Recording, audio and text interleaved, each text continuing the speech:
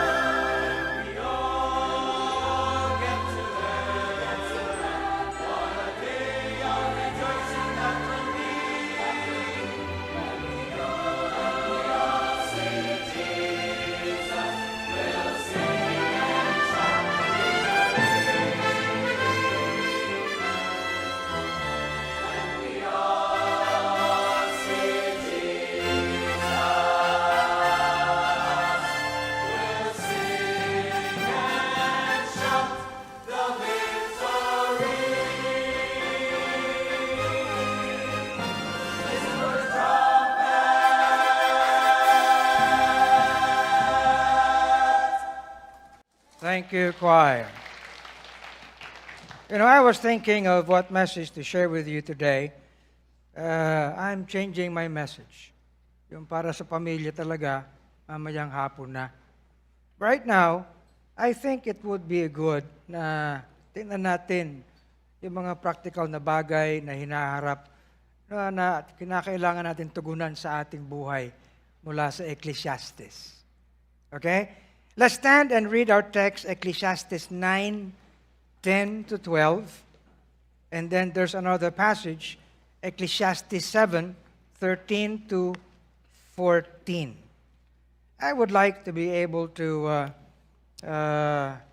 do an exposition on this so that to more equip our families. Okay? At bilang hindi lang tayo equipped for the things that are material, but for how God works in our lives. Yan ang nakalagay dito sa atin, na yung bang working, ayan, dito pala, mightily working in us. Are you aware that this is continuing? That the grace of God, through Jesus Christ, through His Word, works in us? You believe that? It does not stop working. No. Sapagkat tayo nasa Kanya. For so long that a person has Jesus Christ, okay, that grace will not stop working. Pero tayo ang dapat na maging sensitibo. Now, alam nyo, this actually prompted, this little experience prompted me to look at this. Pauwi na ako sa bahay. As you know, we live doon sa 14th floor. Ako mag-isa, gabi na, at gusto ko nang mag-rest. Marami akong bit-bit ng mga bag lagi. Both my hands. So, actually, nung pinrest ko yung ng elevator, yung up, I had to put down the bag and then press and wait. Okay? Nung bumukas na yung isa sa mga elevators, di pasok ako lang mag-isa. It was about mag-11 na ng gabi. Okay, so pasok ako, bumukas yung pintuan. As I usually would do, I would stand doon against the wall sa back. Nung nakabukas yung elevator, mayroon magsasalita, ganyan. Door is closing. Ayan, di ba? Alam niyo ba yan? Door is closing. Dala ko yung bag. Nakarinig ako ng yabag ng paan tumatakbo. Pak, pak, pak, pak, pak. Nung malapit ng sumara, binaba ko yung bags. Pinrest ko yung open ulit. I had to make 2 steps para i-press. Balik uli ako. Nung bumukas, young lady came inside. Mayroon din dalang bag. Itsura eh. Parang si Agatha yung itsura eh. Ayan, di pumasok, dali-dali. Walang lingon-lingon. Pinrest niya yung floor niya. Nilagay yung keycard. Pinrest yung floor niya. 9. Sumauna siya sa akin. So, humahangos pa siya. Walang lingon-lingon. Iniisip ko kung anong gagawin. Babatiin ko sana eh. Pero inoobserbahan ko lang. Kasi kilala naman ako sa lugar eh. Yung mga ibang pumapasok pa nakakasabay ako, sinasabihan, magandang gabi po. Ganon. Pero siya walang lingon-lingon. Tapos nung bumukas yung elevator sa 9th floor, dali-daling lumabas din. Napakamot ako sa sarili ko, okay to ha. Sama na lang salamat po, di ba? Naisip niyo ba yan? Samantalang kayo magkakapit bahay doon. Sabi ko, I think we need to talk concerning how we respond to times, to chance, and to things that come our way. Tama ba? Okay. So ito yan. Ang title ng ating mensahe, Through Time, Chance, and Crooked Ways. Now, saan natin matatagpuan ito? Sa Ecclesiastes. Ang nagsulat nito yung pinakamarunong na taong nabuhay sa mundo. Ang sabi niya whatsoever thy hand findeth to do, do it with thy mind. For there is no work, nor device, nor knowledge, nor wisdom in the grave whither thou goest. I returned and saw under the sun. Look at that term, under the sun. That the race is not to the swift, nor the battle to the strong, neither yet bread to the wise, nor yet riches to men of understanding, nor yet favor to men of skill. Tayong mga tao, gusto natin na yung bang nakakaginhawa yung buhay natin. Nakita ko nga yung pelikula, maganda, di ba? Short film. Nakita ko yung pangalang Antas. Tumaas na yung antas ng mga Antas family. Oh, di ba? Mga artista na, wow! Anyway. Pero obserbahan nyo, ang sinasabi ng wise man, ang karera ay hindi laging para sa mabilis. Ang battle, ang pagtutunggali ay hindi palaging pabor sa malakas. Okay? Ang tinapay ay hindi palaging pabor sa marunong. Okay? Ang yaman ay hindi palaging pabor sa mga tao na may masasabing kaunawaan. Maging ang pabor, no, ay hindi palaging pabor sa mga taong may skill. You observe that? But, ito ang sabi ng wise man, time and chance happeneth to them all. For man also knoweth not his time, as the fishes that are taken in an evil net, and as the birds that are caught in the snare, so are the sons of men snared in an evil time, when it suddenly falleth upon them. One more passage. Ecclesiastes 7:13-14. Consider the work of God. For who can make that straight which He hath made crooked? Meron palang ganun.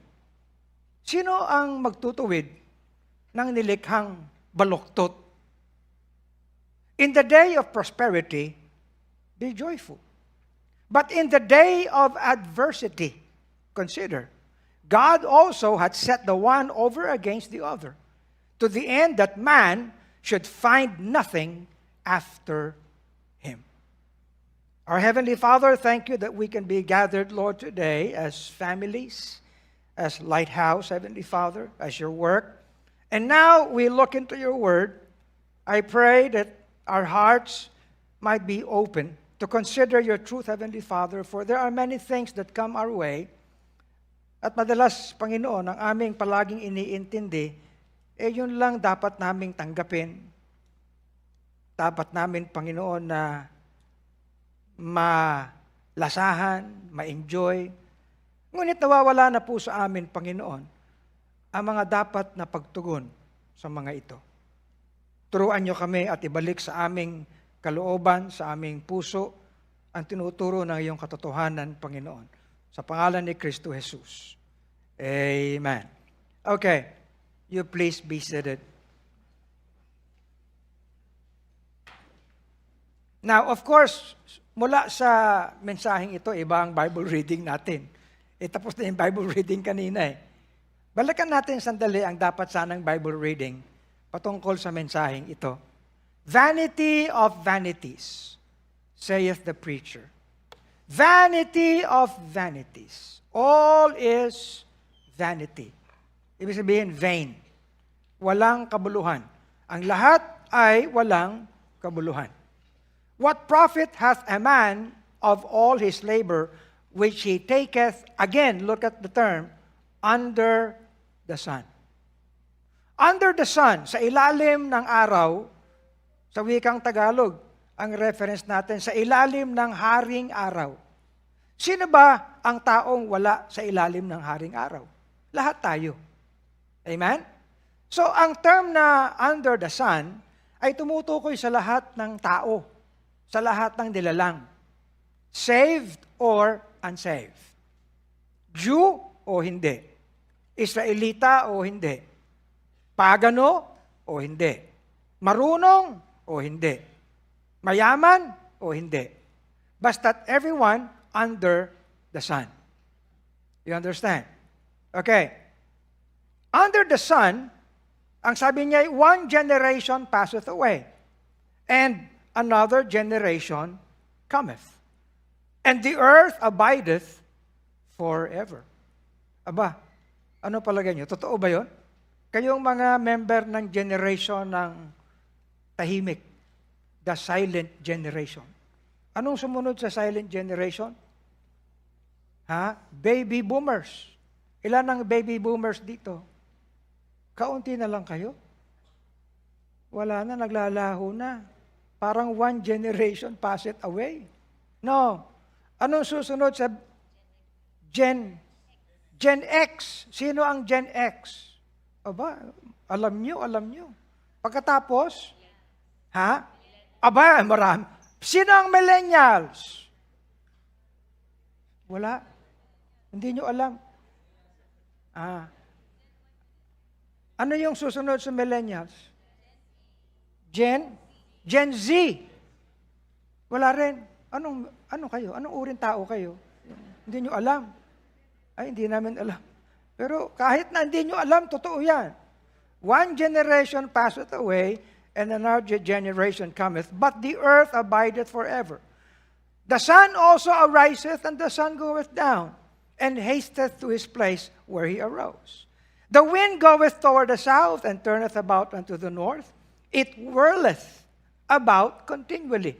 Abay, nung araw, wala pang science nung araw na, di ba? Wala pang mga barometer nung araw, pero alam na ito eh. And the wind returneth again according to his circuits. All rivers run into the sea, yet the sea is not full. Alam niyo ba nung araw na, yung evaporation, di ba? Okay? Pero nandito na, unto the place from whence the rivers come, thither they return again. All things are full of labor. Man cannot utter it. The eye is not satisfied with seeing, nor the ear filled with hearing. Anong palagay niyo? Di ba? Yun lang seeing eh. Di ba, sino na ba ang buhay dito nung black and white pa lang ang TV? Black and white. Ay, alam niyo na yun? No? Yung CRT pa, hindi ba? Naalala ko nung araw, pinupukpuk pa namin yun. Okay. Oo. May tok, gano'n, ano?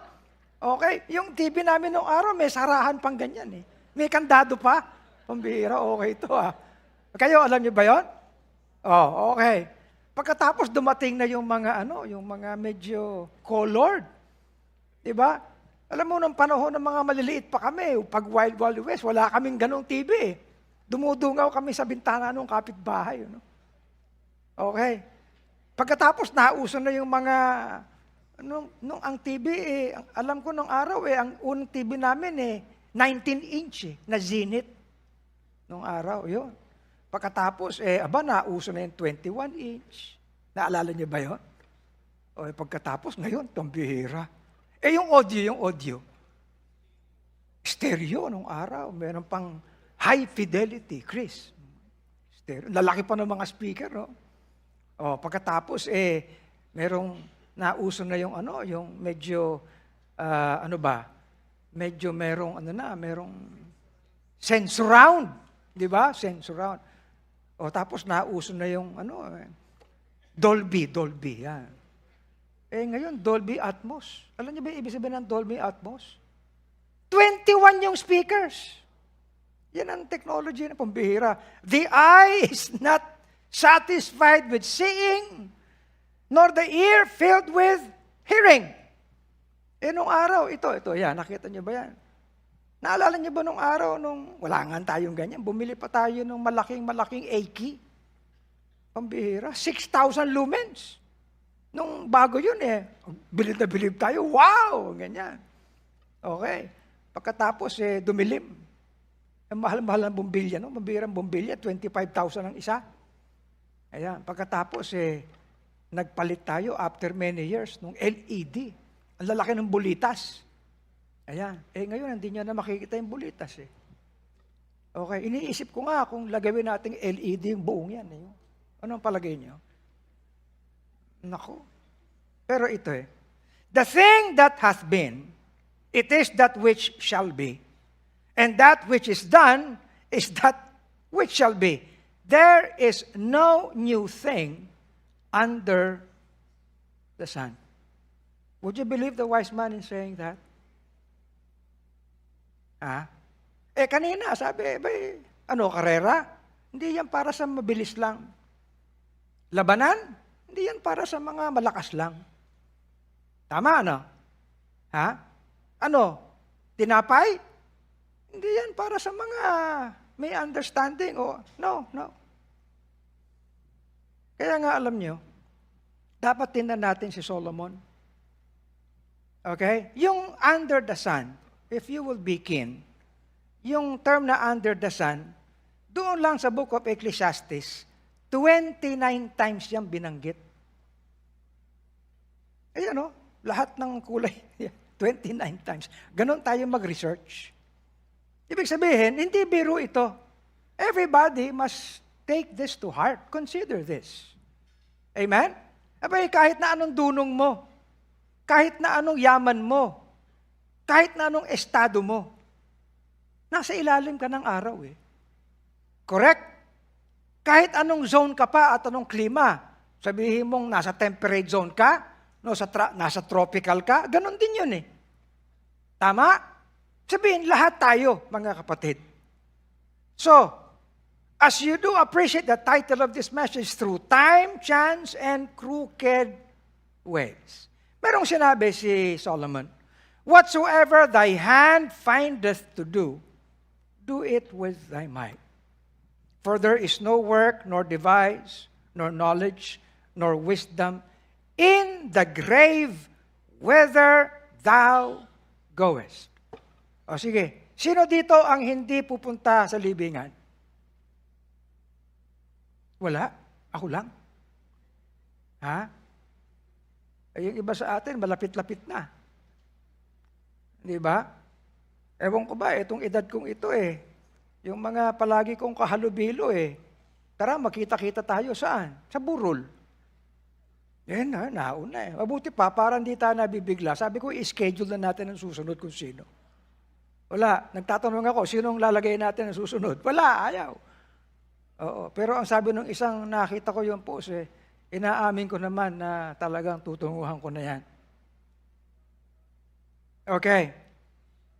So, ang sabi ni Solomon, man knoweth not his time, as the fishes that are taken in an evil net, as the birds that are caught in the snare. So are the sons of men, saved and unsaved. Baptist o hindi. Okay. Now, saan nagsimula ito? Si Solomon ay tinuturo ng banal na kasulatan na napakadunong. Binigyan siya ng dunong ng Panginoon. Okay? And Solomon excelled the wisdom of all the children of the East. He spake 3,000 proverbs. Sipin mo, 3,000 proverbs. Mga, anong Tagalog ng proverbs? Mga salawikain? Ha? Oo. Kawikaan. Kayo ba, ilang daan ang alam yung kawikaan? Yun nga lang, stanza ng Blessed Assurance, di nyo memorize, kanta tayo ng kanta niyan eh. Di ba? And his songs were 1,005. Pambihira. Mga awit niya. He spake of trees, from the cedar tree that is in Lebanon, even unto the hyssop, and springeth out of the wall. He spake of beasts, and of fowl, and of creeping things, and of fishes. Diba? Sabi nung isang, Bishop, nakahuli ako malaking isda. Anong isda? Basta isda! Pero okay. Ano nga isda? Basta isda! Okay. Anyway, and there came of all people to hear the wisdom of Solomon from all kings of the earth which had heard of his wisdom. At paano nangyari ito? In that night did God appear unto Solomon and said unto him, ask what I shall give thee. And Solomon said unto God, thou hast showed great mercy unto David my father, and hast made me to reign in his stead. Now, O Lord, let thy promise unto David my father be established. For thou hast made me king over a people like the dust of the earth in multitude. Give me now wisdom and knowledge, that I may go out and come in before this people. For who can judge this thy people that is so great? Para maging maayos ako na kanilang hari. Nangako ka naman kay David. Ang sabi ng Panginoon kay Solomon, because this was in thine heart, and thou hast not asked riches, wealth, honor. Kahit yung mga pangalan ng mga kaaway mo, hindi mo hiningi. Neither yet hath asked long life. Hindi man lang siya humingi ng mahabang buhay. But hast asked wisdom and knowledge for thyself, that thou mayest judge my people, over whom I have made thee king.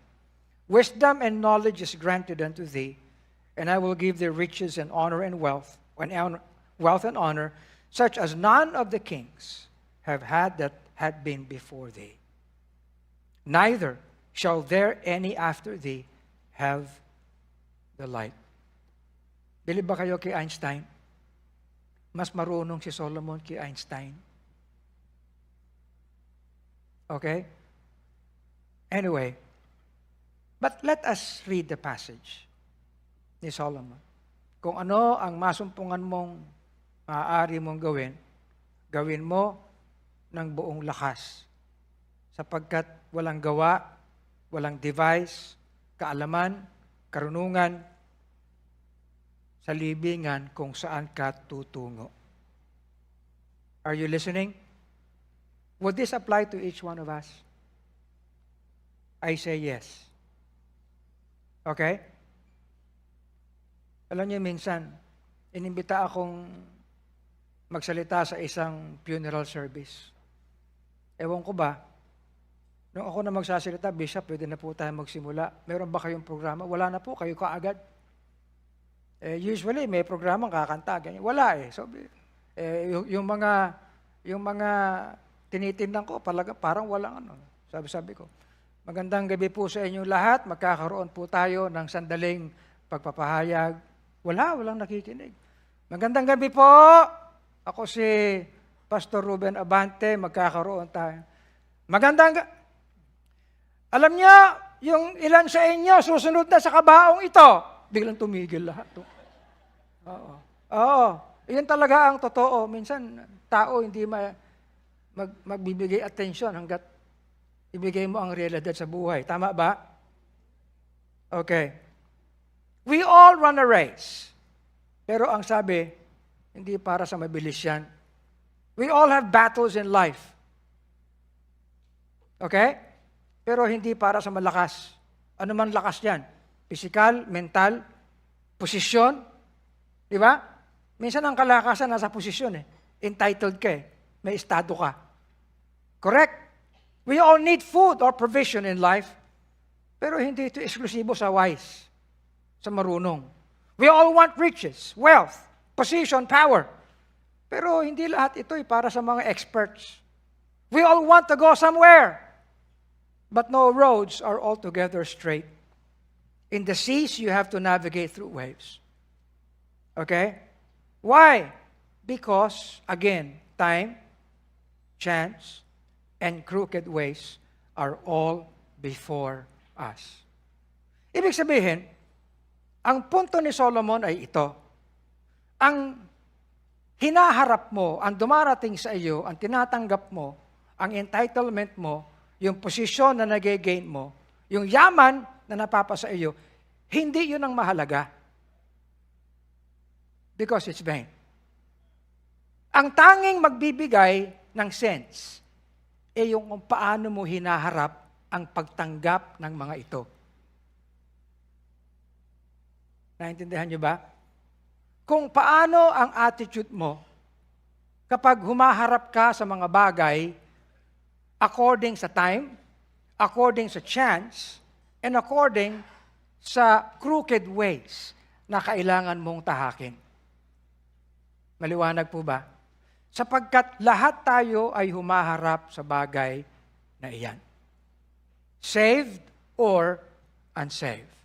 So unang tanong, what sort of time happens? Or what kind of times happen to all of us? Anong sabi ni Solomon? For all these I considered in my heart, even to declare all this, that the righteous and the wise and their works are in the hand of God. No man knoweth either love or hatred by all that is before them. Take note, all things come alike to all. Lahat ng bagay ay dumadako sa tao at sa lahat. Okay? There is one event to the righteous and to the wicked, to the good and to the clean, and to the unclean. Okay? To him that sacrificeth. Siyempre mga Hudyo ito. Sila na nag-aalay. No? At sila na hindi nag-aalay. Humaharap sila sa mga nahaharap sa buhay under the sun. As is the good, so is the sinner. And he that sweareth, as he that feareth an oath. Ibig sabihin, lahat tayo ay haharap at haharap sa lahat ng bagay. Magalit ka man sa mga masama at mag-appear kang mabuti, pareho kayong may haharapin. Tama? Sabihin mong entitled ka. Okay? Ito ang apelyido mo. Okay? Antas. Di ba? Anong pwedeng kabaliktaran ng antas? Baitang. Ang apelyido mo baitang. Siguro ang apelyido mo, abante, akala mo, lahat forward. Wala pa akong nakilalang atras. Pero abante o atras, ang sinasabi, pareho ang haharapin mo Do you understand? O, kayong mga kabataan, wag mong asahan na, hindi, kasi ang apelyido ko, Torres. Nasa Torre kami, marami pa kami. Torres, kaya plural. Hindi, ang apelyido ko, Ku. Lahat yan akin, Ku. Wala rin yan. Tama ba? Hindi, ang apelyido ko, Dominguez. Lalo na may bagong, Vespa GTS. GTS ba yun? Hindi. Ano yun? Ha? Sprint? Wow, oo. Okay. So, this is an evil among all things that are done under the sun. That there is one event unto all. Yea, also the heart of the sons of men is full of evil. And madness is in their heart while they live. And after that, they go to the dead. Palagay nyo kaya nag-iisip si Solomon? Ha? For to him that is joined to all the living, there is hope. For a living dog is better than a dead lion. For the living know that they shall die, but the dead know not anything, neither have they any more a reward, for the memory of them is forgotten. Also, their love, their hatred, their envy is now perished. Neither have they any more a portion forever in anything that is done under the sun. Itigok ka na Go thy way. Eat thy bread with joy, and drink thy wine with a merry heart. For God thou accepted thy works. Let thy garments be always white, and let thy head lack no ointment. Live joyfully with thy wife, whom thou lovest all the days of the life of thy vanity, which he hath given thee under the sun. All the days of thy vanity, for that is thy portion in this life, and in thy labor which thou takest under the sun. Anong sense? Ang bottom line ni Solomon, being under the sun, it's vain. Kahit nasaan kayo. Nasa Italy ka, nasa Qatar ka, nasa UAE ka, US. Are you listening? At ang sabi ni Solomon, time. We all face time. Oh, ano ito, Pastor? To everything there is a season, and a time to every purpose under the heaven. Ayun. Kaya diniscuss dito ni Solomon yung mga times that come our way. Minsan, mga politiko, ito ang palaging nire-recite. Para bang alam nila Bible, Okay? A time to be born. A time to die. Yan.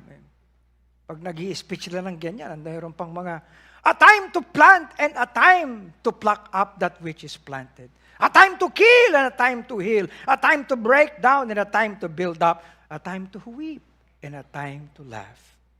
A time to mourn and a time to dance.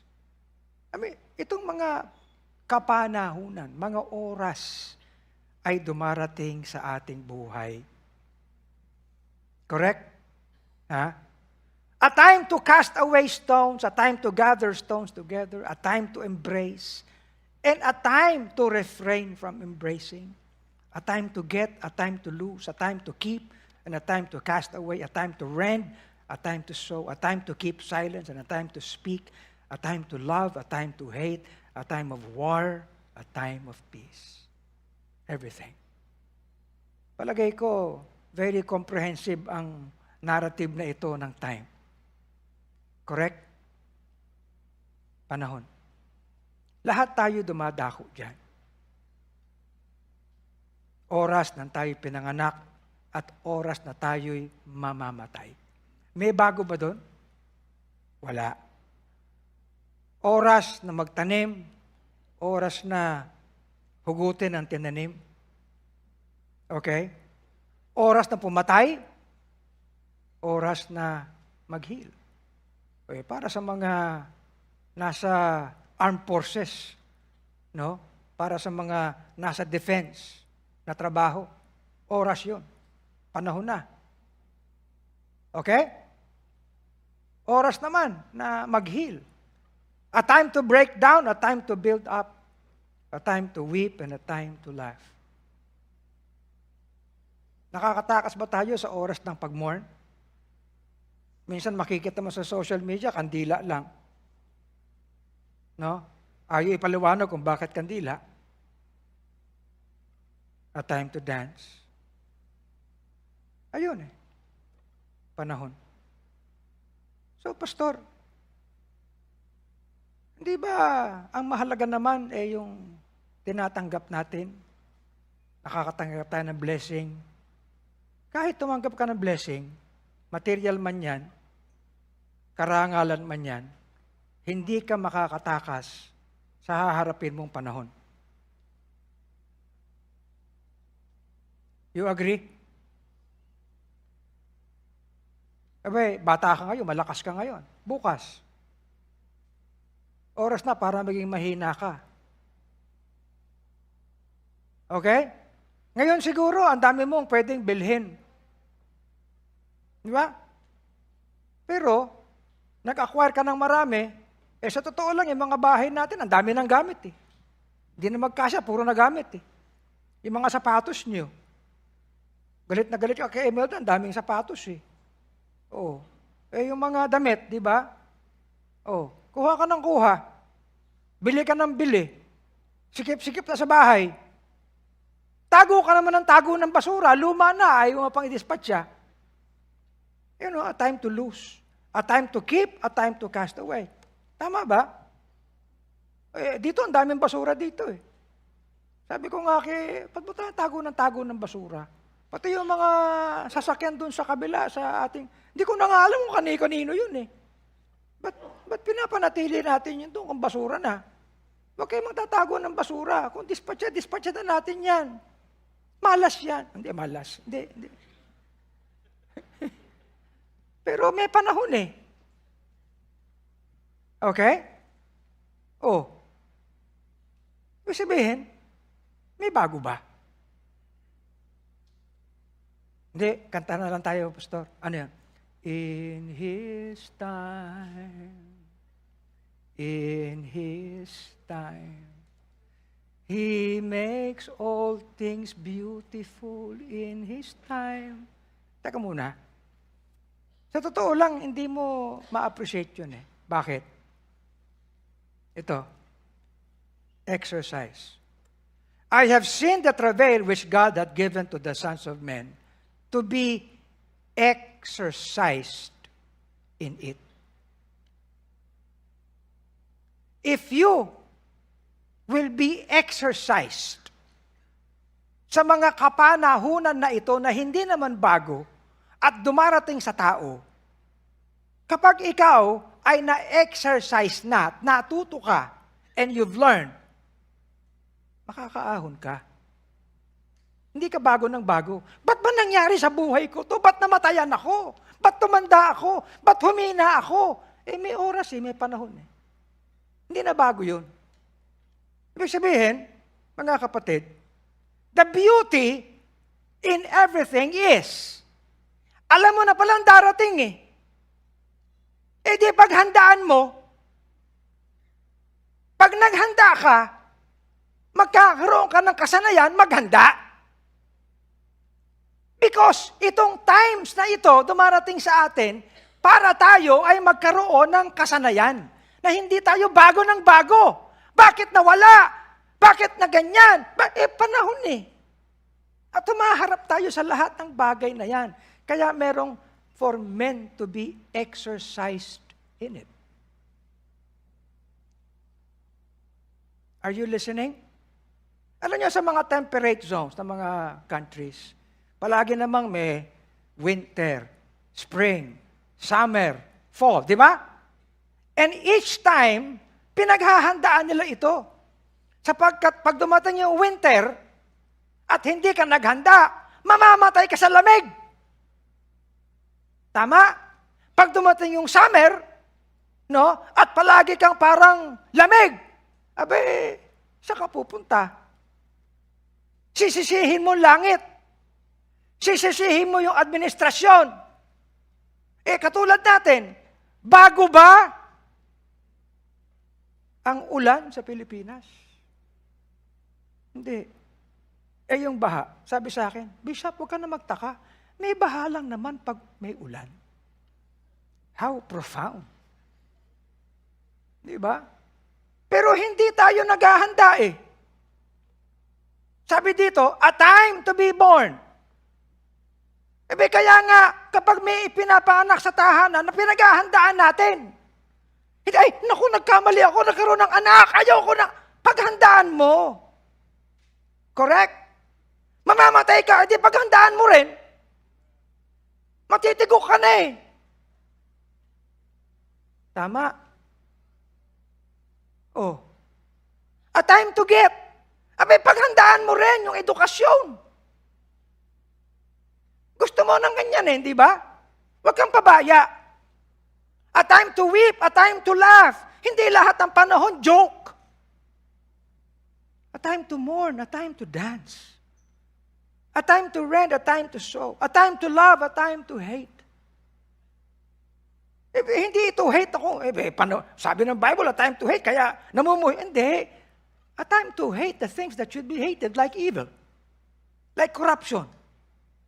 You realize this? Because all things come our way. Sabi dito, He hath made everything beautiful in His time. Pag meron tayong kasanayan at meron tayong proactive attitude, mga kapatid, mahaharap natin ang bagay na ito. Dati magugulat. Are you listening? Also that He hath set the world in their hearts so that no man can find out the work of God. Anyway.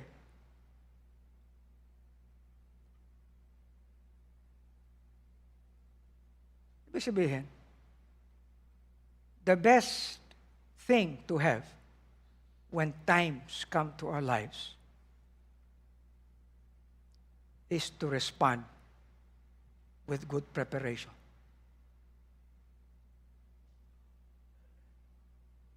Knowledge. Amen.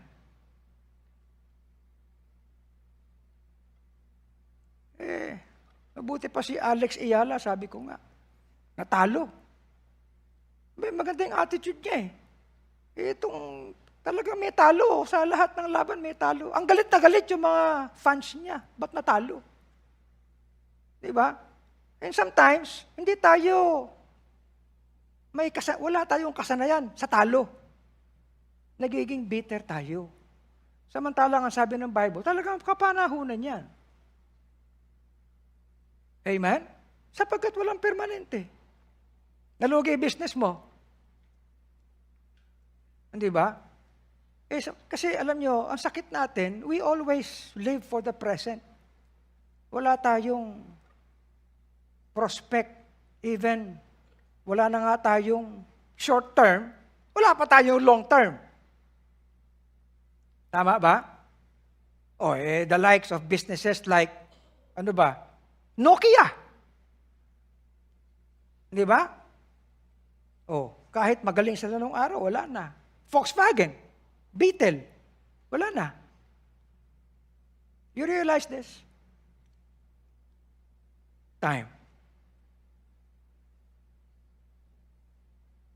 Kaya nga ito, ang sabi, all things I have seen in the days of my vanity. There is a just man that perisheth in his righteousness. There is even a wicked man that prolongeth his life in his wickedness. Be not righteous over much, neither make thyself over wise. Why shouldest thou destroy thyself? Amen? Lalo na, ang magandang pagtanggap sa mga panahon na ito ay meron kang biyaya ni Kristo. Meron kang kaalaman. Good. So, better is the end of a thing than the beginning thereof. The patient in spirit is better than the proud in spirit. So be not hasty in thy spirit to be angry, for anger resteth in the bosom of fools. Ito, for example, alam mo, mas maganda pa yung panahon ng araw talaga eh. Mas maganda ng mga panahon namin. Sabi ni Solomon, say not thou, what is the cause that the former days were better than these? Alam na ni Solomon yun eh. Diba? For thou dost not inquire wisely concerning this. Huwag ka na mag-compare kung ano yung maganda yung nakaraan. Hindi. Ang maganda, alamin natin kung ano dapat mayroon tayo sa lahat ng ating hinaharap na panahon. Good.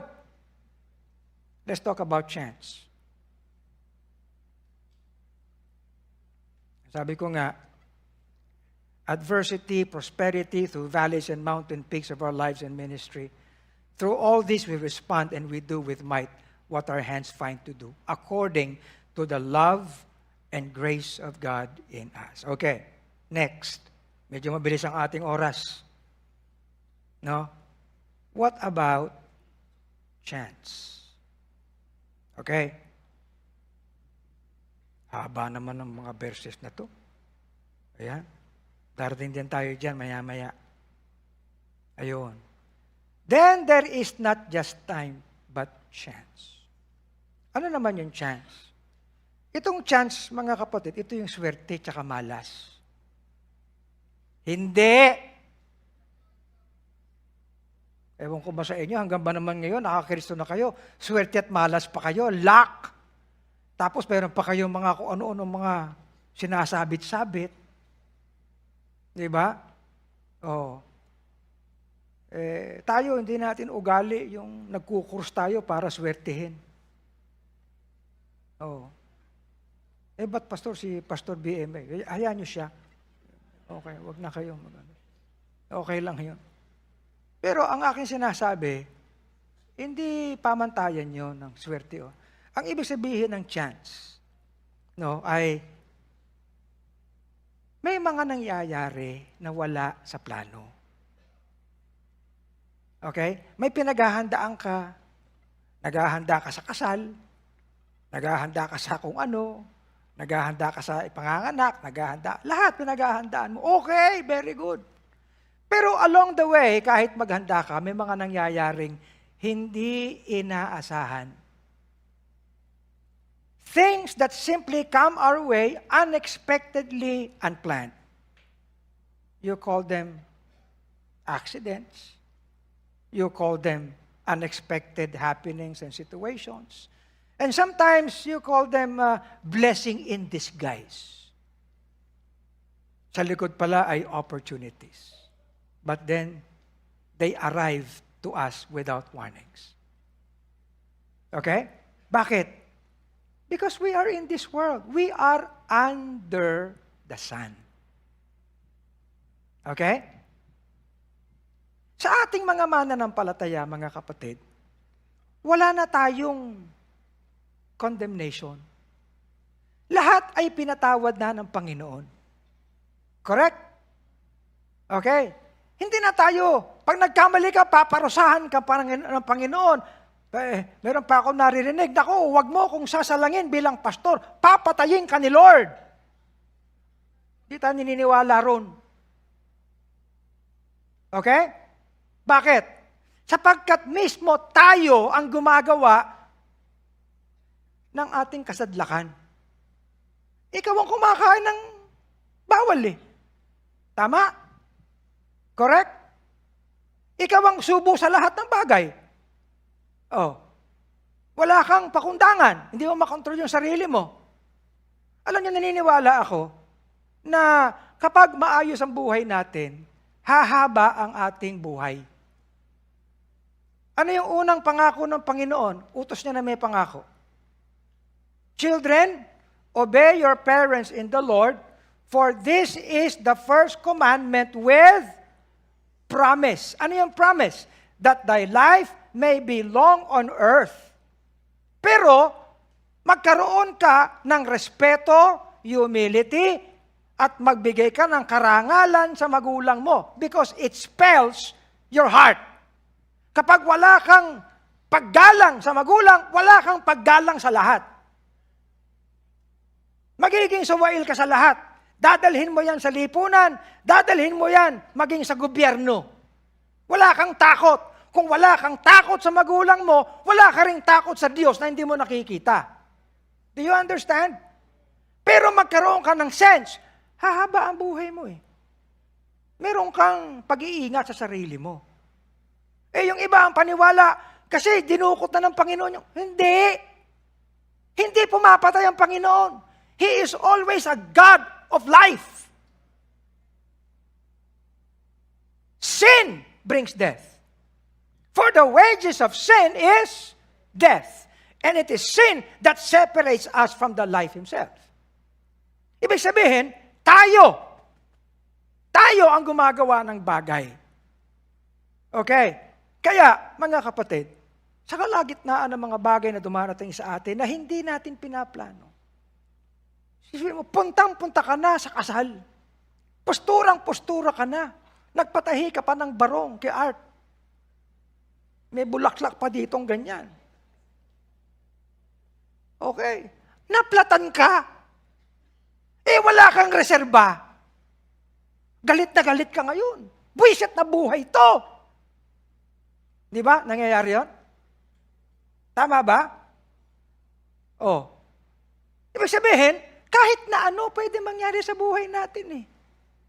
Nung isang linggo, wala ako rito. Pagbalik ko, pastor, may magnanakaw. Lahat naman kako may magnanakaw. Kahit saan may hindi nakapasok. Tiyan nga yung tab ni ganito. Yung cellphone ni ganyan. Sino nagpadala nun? Siguro, ang Diablo. Siguro. Hindi talagang ganun talagang tao eh. Naintindihan nyo ba? Anything can happen. Hindi yan issue ng malas o swerte. No. Because it comes. With every occurrence of these things come opportunities. When unexpected circumstances happen to us, then what do we apply? Then we apply wisdom.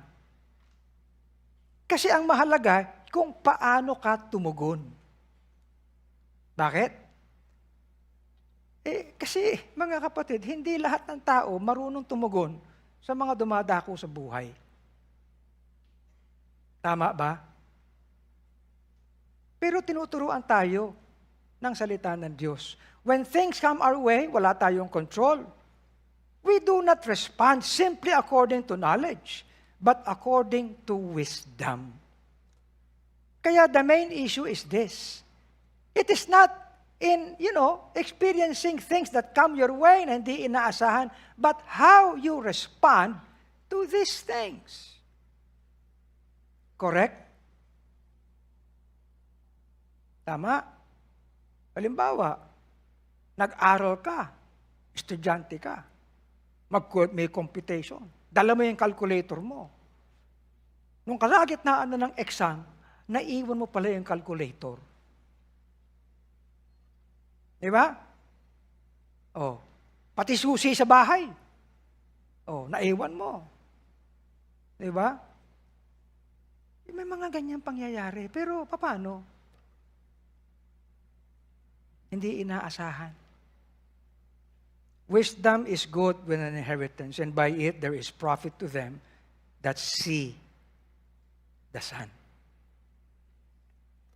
Wisdom is a defense, and money is a defense. But the excellency of knowledge is that wisdom giveth life to them that have it. So whenever things come our way, wala sa plano, nangyari at nangyari, what do we apply? What do we have in response? Wisdom. And the fear of God is the beginning of wisdom. Amen ba? Pero, alam nyo, ang tao ngayon, naging masyado ng material. Wala nang, naging mananampalataya ka, pero nilulunod mo yung sarili mo sa lahat ng bagay na pwedeng i-enjoy. I-enjoy physically, i-enjoy materially, lahat ng senses natin, mga kapatid, lahat yan ang patutunguhan. But how do you respond? And if you do not respond properly as adults, the young generation after us will never learn how to respond. Pero hindi mawawala yung pagiging nasa ilalim tayo ng araw. In the day of prosperity, be joyful. But in the day of adversity, consider, God also hath set the one over against the other, to the end that man should find nothing after him. Kaya, para sa atin, mas maganda that our wisdom is Christ. Kasi pag wala kang kaligtasan kay Kristo, lahat ng mga nangyayari niya, anong susulingan mo? Ang tanong mo lang, bakit nangyayari ito? Then you will be filled with bitterness, with envy, with jealousy. Lastly, are you listening? What about crooked ways?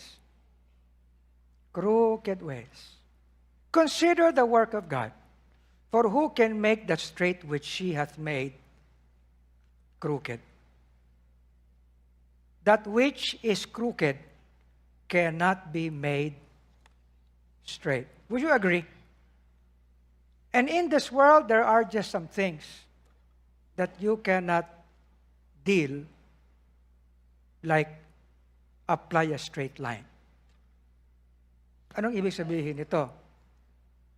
Halimbawa, dagat. Mamalakaya ka. Pag malakas ang alon ba, straight ba ang path mo? Hindi. Ayan, meron tayong isang kapitan dito, si Jojo. Siya nga nagsabi sa akin, Pastor, hindi ka pwedeng tumahak ng straight. Susundan mo yung alon. Magna-navigate ka. Amen? Yung mga scientifico, gusto pumunta sa buwan. Pupunta ka ba sa buwan straight? Hindi may trajectory. Tama? So there are just some things in life that come to us crooked. Hindi mo pwedeng atakihin ito o i-approach ito na black and white. Okay? Maraming bagay yan. Halimbawa, yung mga kaisipan at ugali ng mga anak natin, pare-pareho ba ng personalidad yung mga anak natin? Hindi.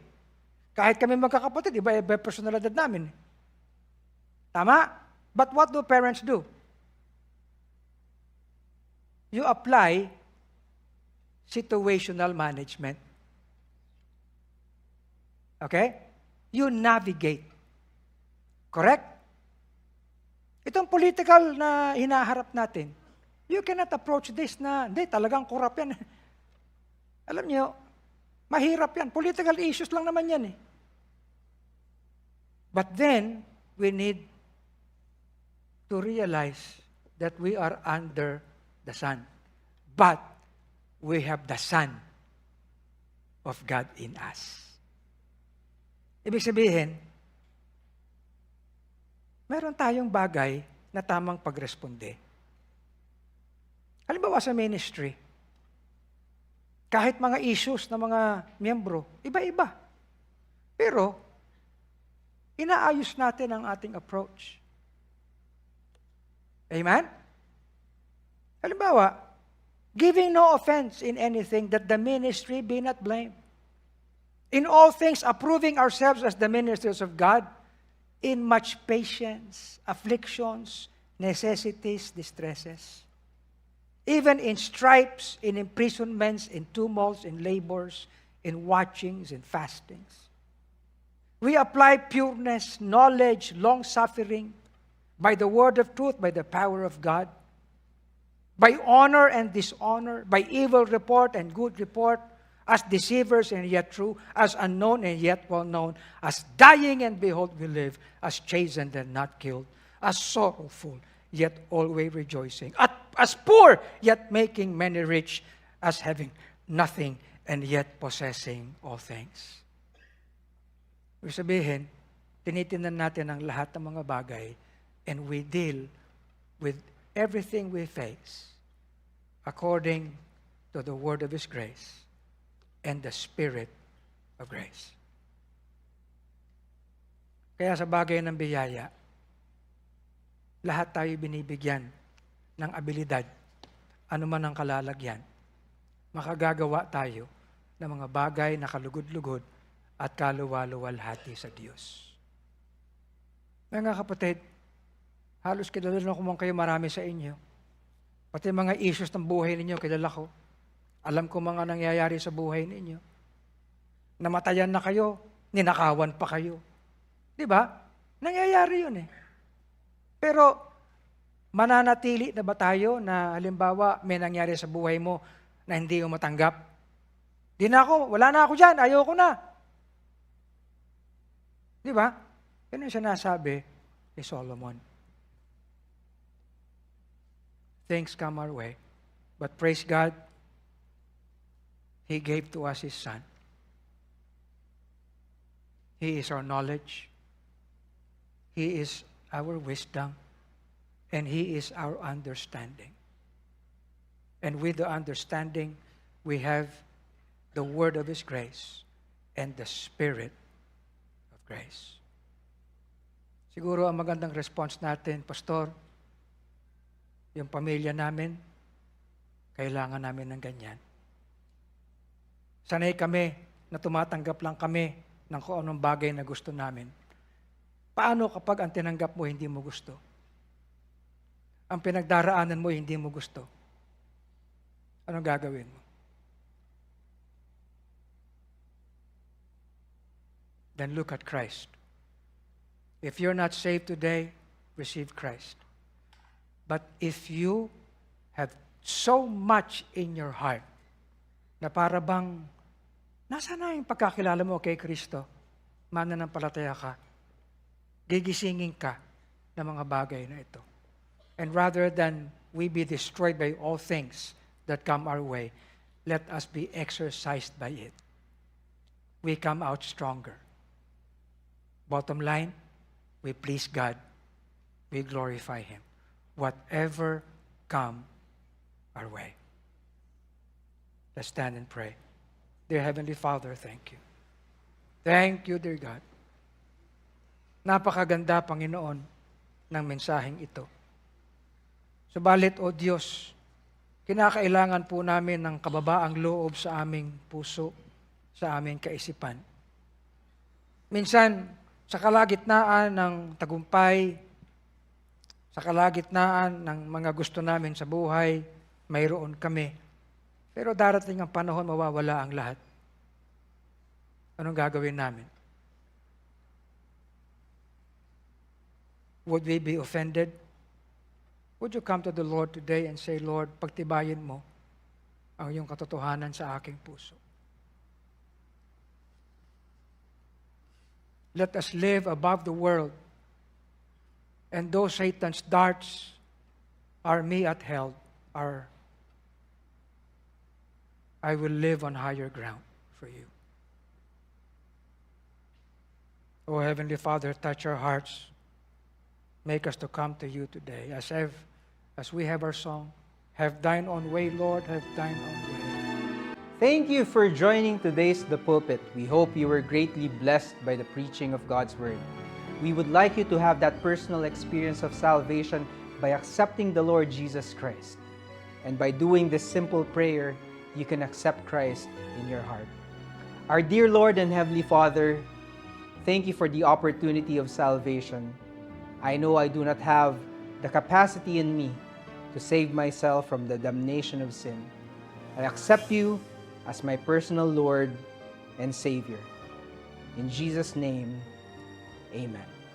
The Bible says, if you have prayed this prayer, but as many as received him, to them gave he power to become the sons of God. And the Bible says, he that hath the Son hath life. If you would like to know more about the Bible, send us a message via Facebook at Lighthouse BBC FB page or via text message at 0928-522-2683. We'd like you to continue growing in Christ, so we invite you to join our coming together every Sunday at 9 in the morning and 4 o'clock in the afternoon. Also on Tuesdays and Thursdays at 7:30 in the evening. See you again for the next episode of The Pulpit. Thank you and God bless.